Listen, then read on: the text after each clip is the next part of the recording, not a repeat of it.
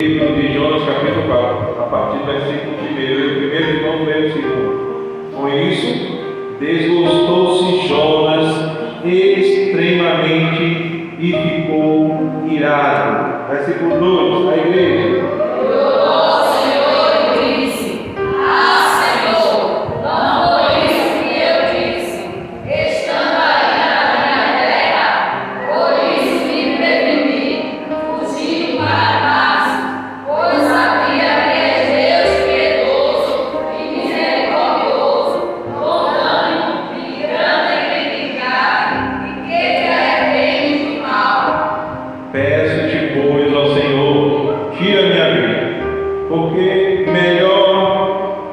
Porque melhor me é morrer do que viver. Versículo 4. E disse o Senhor: é razoável esse meu ressentimento. Todos os versículos 5. Então Jonas saiu da cidade e assentou-se ao oriente da mesa, e ali fez uma enramada e repousou debaixo dela, à sombra, até ver que aconteceria à cidade. Amém. Deus abençoe.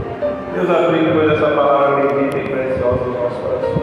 Como disse aos irmãos no livro de Jonas, a história de Jonas, assim nós conhecemos, como a história de Jonas, é uma história bem conhecida, é uma história bem que nos chama a atenção.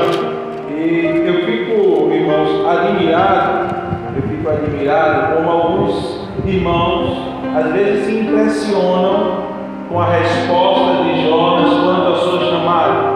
Às vezes a gente pensa que somente Jonas teve problema com a sua chamada. Isso não é verdade.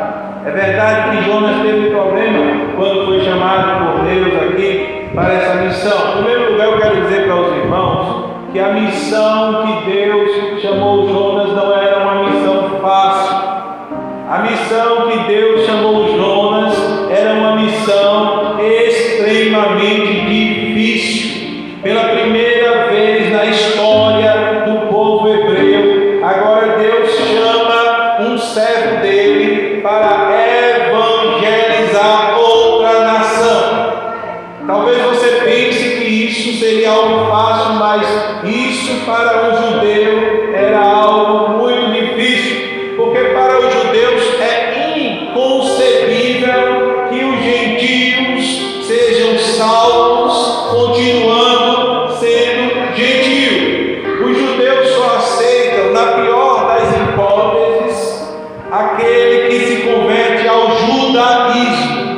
Quando alguém, um estrangeiro, por exemplo, ele adentrava a nação de Israel e ele servia a fé judaica e ele se relacionava com Deus de acordo com a fé judaica, este era aceito, se bem que não era tão aceito assim.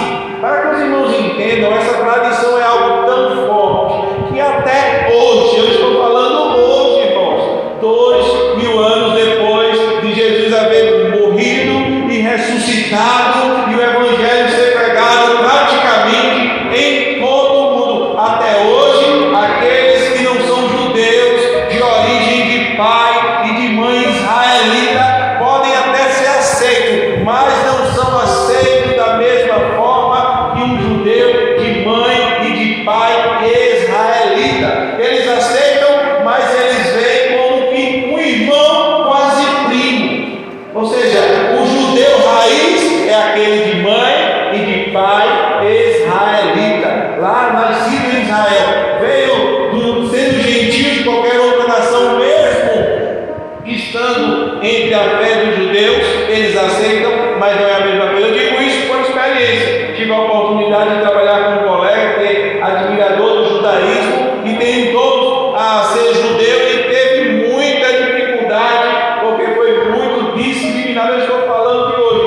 Imagina naquele tempo, naquela época, Deus chamar Jonas, mandar Jonas para uma nação pagã.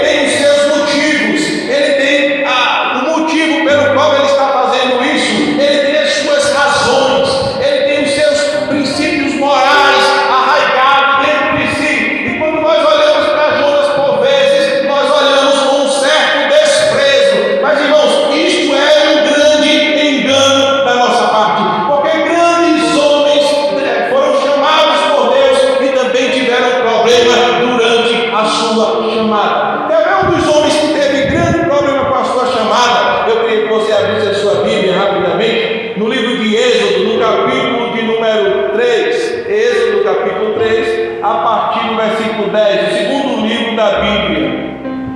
O segundo livro da Bíblia é o livro de Êxodo, capítulo 3, a partir do versículo 10. Um dos homens que talvez eu e você não tenha noção de como foi difícil a sua chamada, de como a sua reação diante da sua chamada foi algo inesperado, pela sua grandiosidade, pela sua história, por aquilo que ele viveu e representa, não só para o povo judeu, mas para cada um de nós.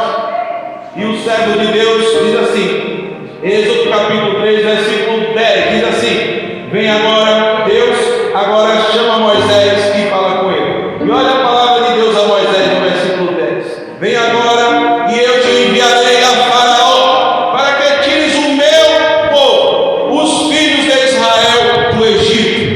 Veja o que Moisés diz ao Senhor. Então disse Moisés a Deus: quem sou eu para ir a Faraó e tirar do Egito os filhos de Israel? Moisés a princípio não entendeu porque Deus estava lhe chamando. E ele diz para Deus: mas Senhor, quem sou eu para ir ter com Faraó? E Deus logo resolve esse problema e lhe mostra o que é que está acontecendo. Versículo de número 12 diz a palavra de Deus. Deus lhe respondeu: eu serei contigo, e este será o sinal de que eu te enviei. Depois de haveres tirado o povo do Egito, servireis a Deus neste monte. Deus resolve o primeiro problema de Moisés, porque Moisés agora, diante da sua chamada, ele olha para si e ele diz para Deus: mas Senhor, quem sou eu para ir ter com Faraó? É como se Moisés estivesse dizendo: quem sou eu, Deus,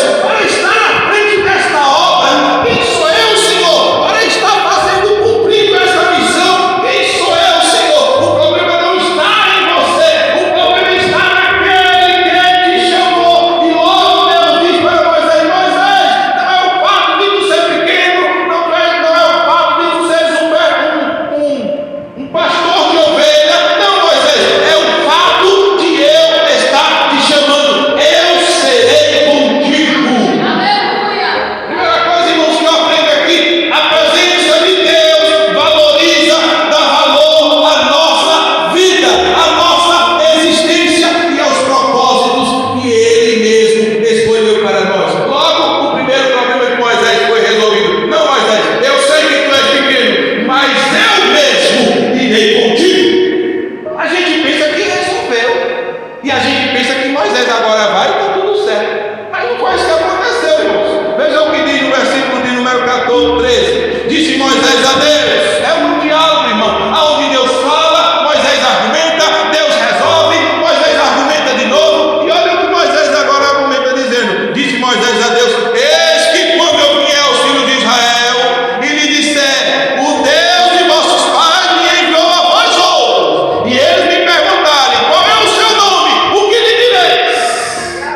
É como se Moisés estivesse dizendo para Deus: tá bom, o Senhor resolveu a primeira. Eu sou pequeno, mas o Senhor é grande, o Senhor vai comigo, tá tudo certo, perdi. Agora tem um problema: o povo, quando eu for, e aí Moisés já está admitindo agora a possibilidade dele ir, porque Deus está com ele. Aí ele diz assim: mas tem um problema, eu vou, mas o povo não vai crer. Por quê? Porque eles vão perguntar o nome daquele que me enviou. O que é que eu vou dizer? Outro problema, porque o nome de Deus era sagrado e não podia nem se pronunciar praticamente de tão santo que era. E parece que Moisés arrumou um problema, mas Deus imediatamente resolve o problema. Veja o que Deus diz no versículo 14. Disse Deus a Moisés: eu sou o que sou. Disse assim: assim dirás aos filhos de Israel: eu sou, me enviou a vós outros. Deus agora está dizendo para Moisés: diga ao povo que eu sou o que sou, me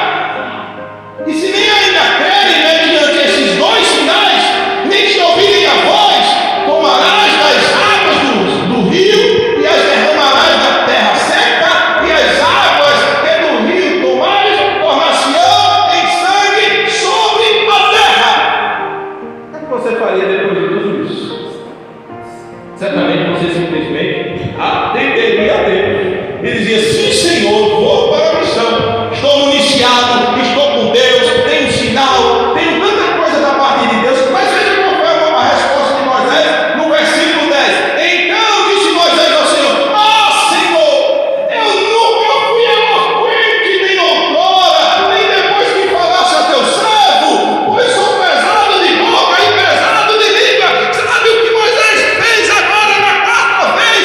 Arrumou outro problema para Deus, dizendo: Senhor, eu não sei falar.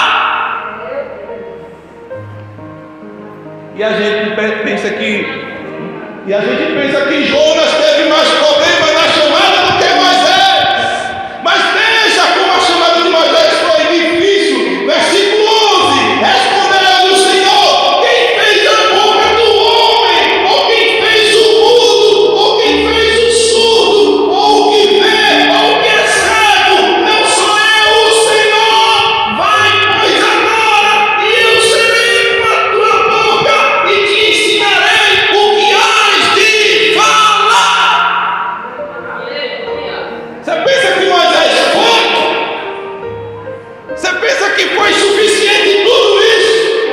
Eu digo para você que ainda não foi suficiente. Olha a resposta de Moisés no versículo 13.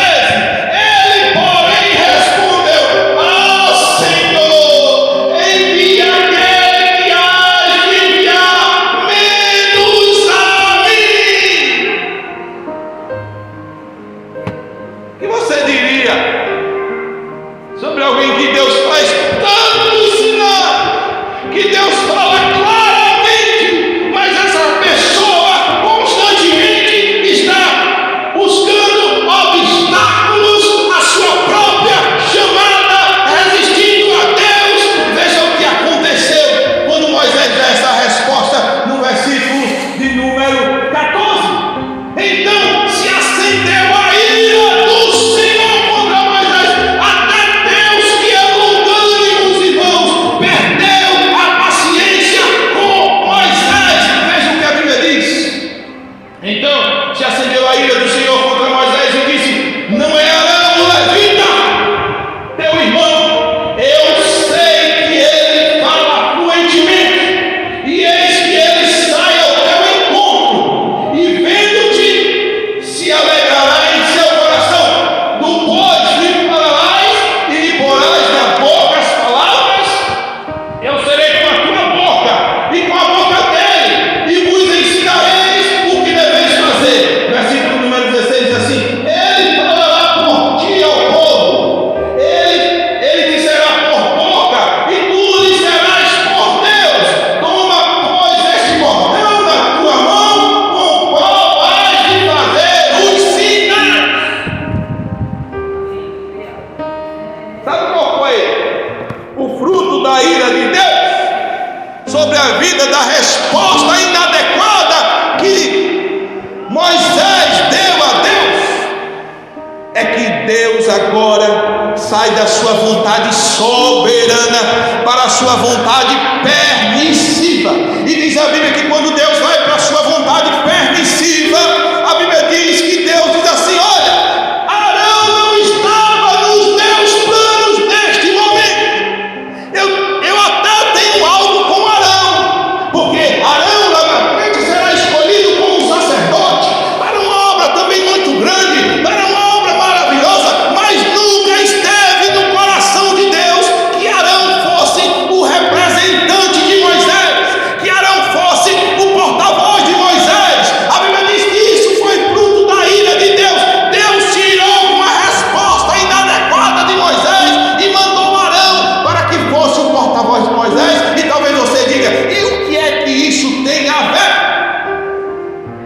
E qual a importância disso? Eu digo para vocês: é porque Deus sabe o lá na frente. E o que é que acontece lá na frente, irmão Marcos? Misericórdia, foi embora. Estava na introdução.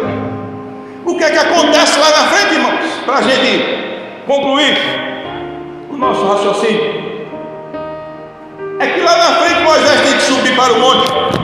Deixa eu só ler esse versículo com os irmãos. Êxodo 24. a partir do versículo 12. Lá na frente, Deus precisa que Moisés vá até o monte para pegar as duas tábuas da aliança. E veja o que acontece. Versículo de número 12, capítulo 24 de Êxodo. Diz assim: então disse o Senhor a Moisés: sobe a mim ao monte e fica lá, dar-te-ei tábuas de pedra e a lei e os mandamentos que escrevi para os ensinares. Levantou-se Moisés com Josué, seu servidor, e subindo Moisés ao monte de Deus, disse aos anciãos: esperai-nos aqui até que voltemos a vós outros. Veja o que diz o restinho do versículo: este Arão e Hur ficam convosco. Quem tiver alguma questão se chegará aqui a eles. Por que Moisés colocou o povo na dependência de Arão? Porque Arão era a pessoa mais próxima de Moisés. E por que ele era mais próximo de Moisés? Simplesmente porque ele era o porta-voz de Moisés. Para onde Moisés ia, Arão ia. Porque Deus tinha feito um acordo com Moisés e com Arão, dizendo: tu falarás a Arão e Arão falará aos outros. Logo, Arão era a pessoa mais próxima de Moisés por causa da resposta inadequada que Moisés deu a Deus na sua chamada. Talvez você ainda não tenha pegado o fio da meada e entendido o que aconteceu. A Bíblia diz que quando Moisés passou muito tempo, capítulo ainda de número 25, para a gente encerrar.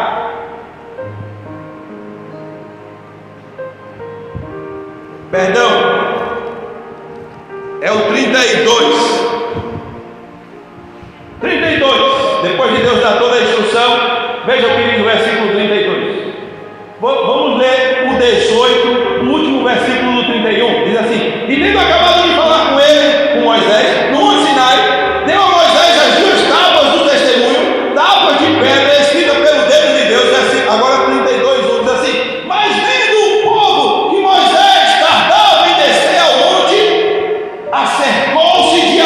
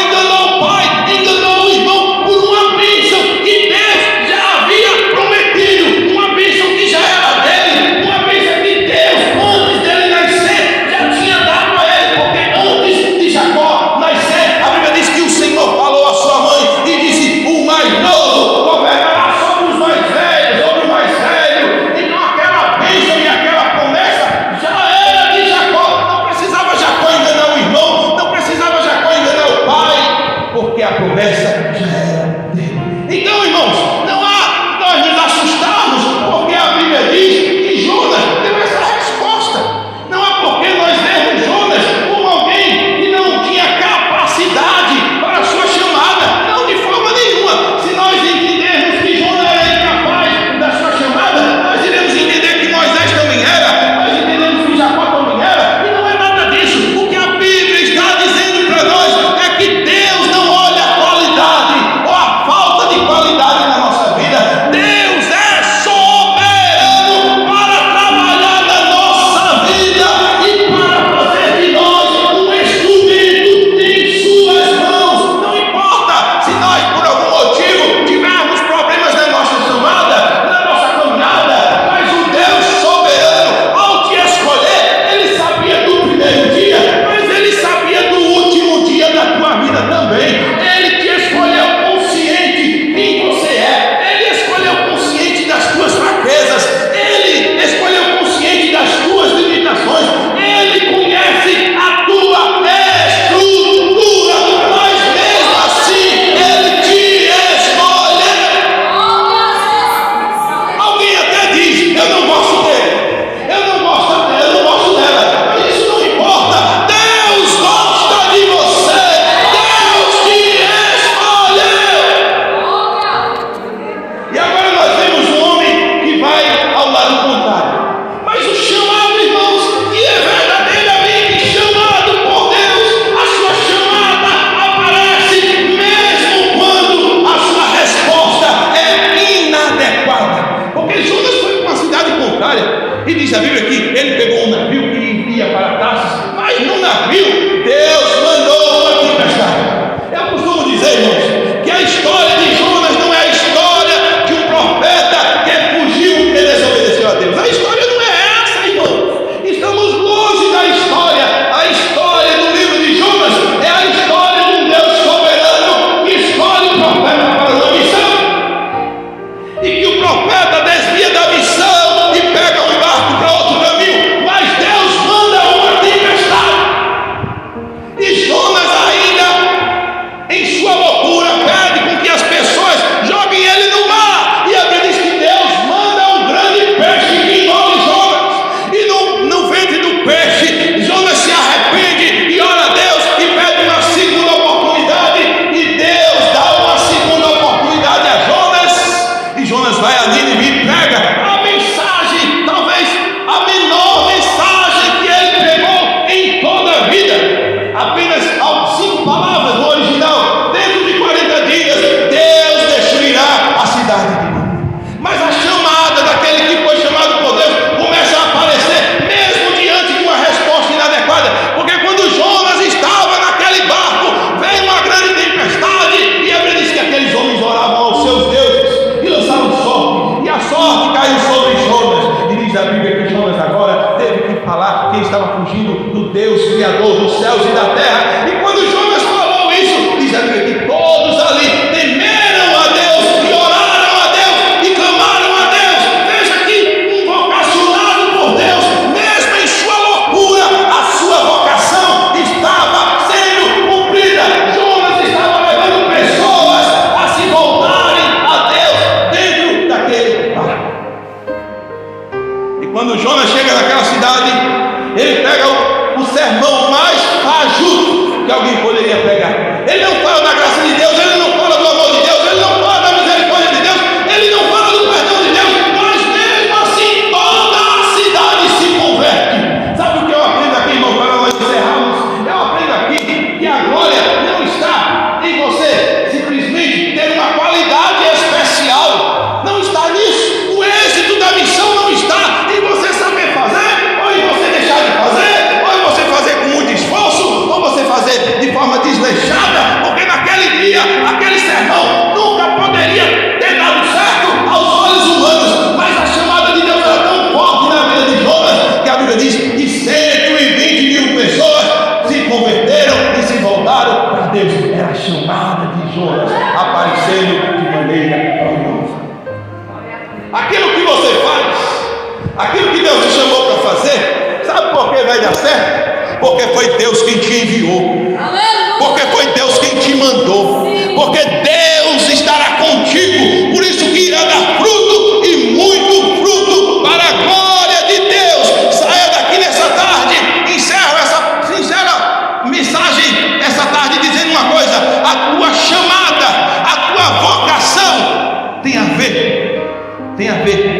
tua existência. Talvez você não entenda, mas quando Deus te criou, Ele não fez um plano. Primeiro Ele fez um plano, e depois Ele olhou para você e disse: é essa aqui que vai cumprir esse plano. Primeiro vem, irmãos, o projeto, e depois vem você. A tua chamada tem a ver com a tua existência. Você não está aqui neste mundo por acaso. Você não está aqui nessa terra sem propósito. Deus te criou com um propósito, e o propósito é para a glória do nome de Deus. Por isso, cumpra a sua chamada, cumpra a sua missão, não importa qual seja. Talvez alguém diga assim: mas é tão pequena a chamada dele. É não. Diante de Deus, a chamada que Deus te deu tem valor. Há uma história onde alguém ilustrou uma construção, e nessa construção tem a base, nessa construção tem os tijolos no meio, e nessa construção tem o telhado.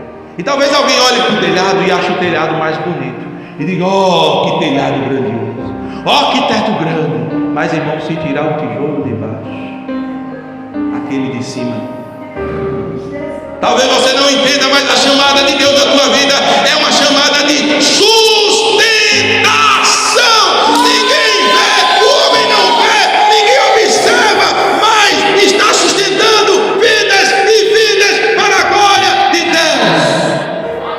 Continue fazendo, continue trabalhando e creia nisso. Tua chamada vai dar certo, tua chamada vai dar frutos, tua chamada vai prosperar, por um único motivo. Nunca olhe para você, nunca olhe para a sua estrutura, porque você é pó, você é barro. Se você olhar para a sua estrutura, vai ser como Moisés, que dizia todo o tempo a Deus: não, Senhor, não, Senhor, não, Senhor. Mas foi a chamada mais fenomenal da Bíblia, a chamada de Moisés. Mas era um homem que não via condição alguma, e não tinha mesmo não. Assim sou eu e assim é você. Nós não temos condições, irmãos, mas foi Deus quem nos chamou, nos enviou, e Ele vai nos capacitar para que a obra seja feita para a glória de Deus, para o louvor de Deus. Receba essa palavra, não é minha, é a palavra do Senhor que tem sido dispensada nessa tarde para nossas vidas. Que Deus abençoe.